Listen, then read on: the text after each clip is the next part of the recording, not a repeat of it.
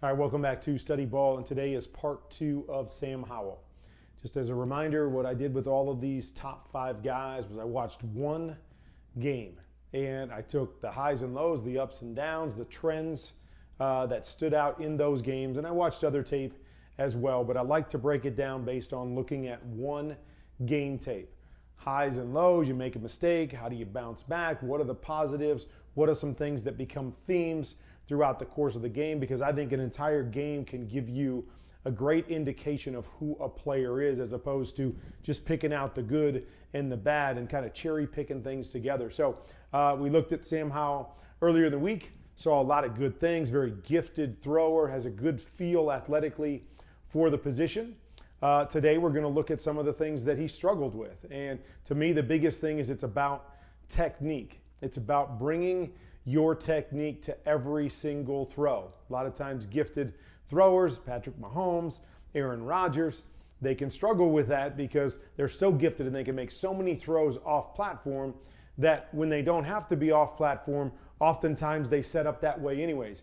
You'll see a little of that with Sam Howell. He throws very much with his upper body because he's gifted with his arm, but his feet and his follow through don't always come through on every single throw. So he misses throws that he should make. So always looking at positives and then the things that these guys have to clean up on film, what they have to clean up moving to the next level if they want to be that guy. All right. So I talked a little bit about his technique in the pocket. There's going to be times that his technique gets away from him a little bit in the pocket. Right here, I'd like, again, he ran a lot.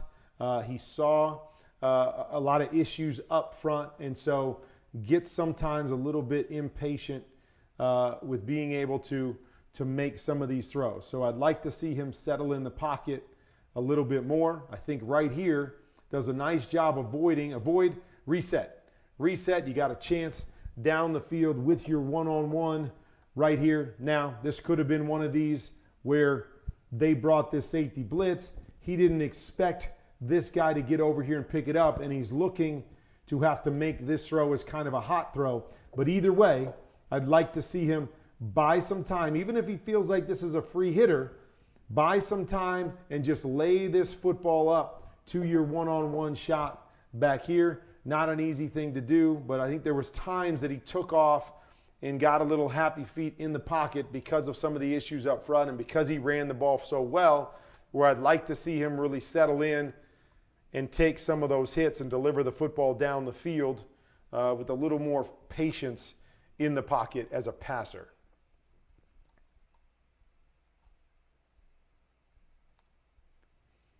Okay, similar type play right here. And you're going to see this a number of times from him. So he's a gifted thrower, so he gets away with a lot with his arm, but you're going to see his body kind of fall away as he throws it. So he doesn't fully finish his throws. See how he's kind of just falling away, leaning back on the throw, and you'll see this on some of his deeper throws where he just kind of lays it out. It's almost like he's aiming the football instead of just throwing it. Just rip the football. You're gifted enough. Yeah, you'll miss some throws, but you're going to miss more by aiming it. So he tries to just set it out here, and in doing that, the ball doesn't carry far enough where he's got a possible chance at a touchdown.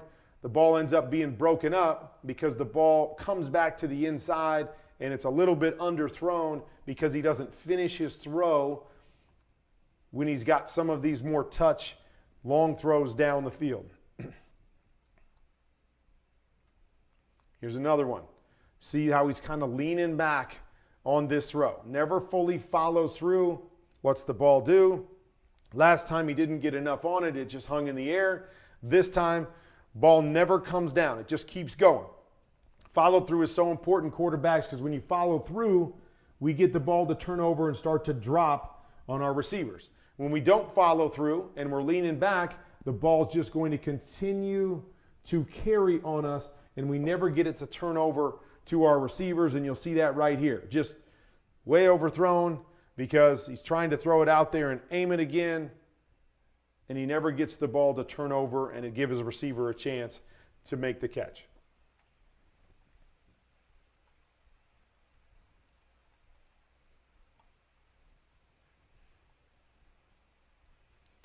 Another one off the RPO.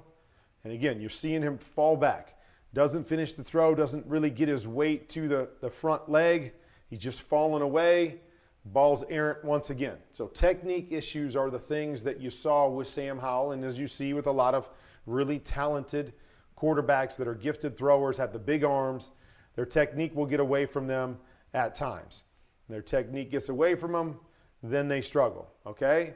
There were times on his reads on particular things where I saw him get stuck on his reads. So he's got a little hook in here, then a curl, swing out here. So this is, to me, pretty easy read right here. You come inside, you don't have it. Now it becomes a 2-on-1 on this outside guy right here. Okay, so there it is. Gets two backers holding inside. Read this guy, probably throwing the swing right here, but you're going to see again the impatience in the pocket. Instead of standing in there with the pressure, he gets stuck on this inside receiver, doesn't have it, takes off and runs, as opposed to just reading through what he's seeing and making those throws. So again, something I want to see him improve on at the next level. Now that may have been as much a product of what was going on up front and how much they asked him to run last year, but I want to see him be able to settle in the pocket, be more patient in the pocket, and make some of these throws. Okay, so here's an RPO. Okay, so reading the RPO.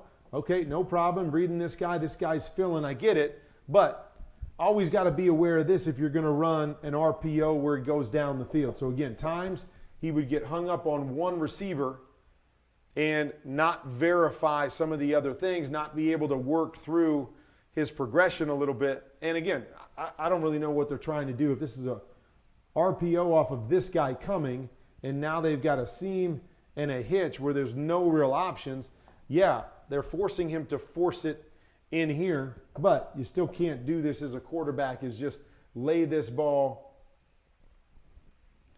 out there without recognizing where that free safety is, and it becomes an easy interception for Notre Dame. All right, so you see some of the things that showed up in the course of the film, and some of the other tape that I watched was just the technique issues with Sam. Saw some of this at the Combine too, and again, Combine can be so different because a lot of these guys play primarily in shotgun.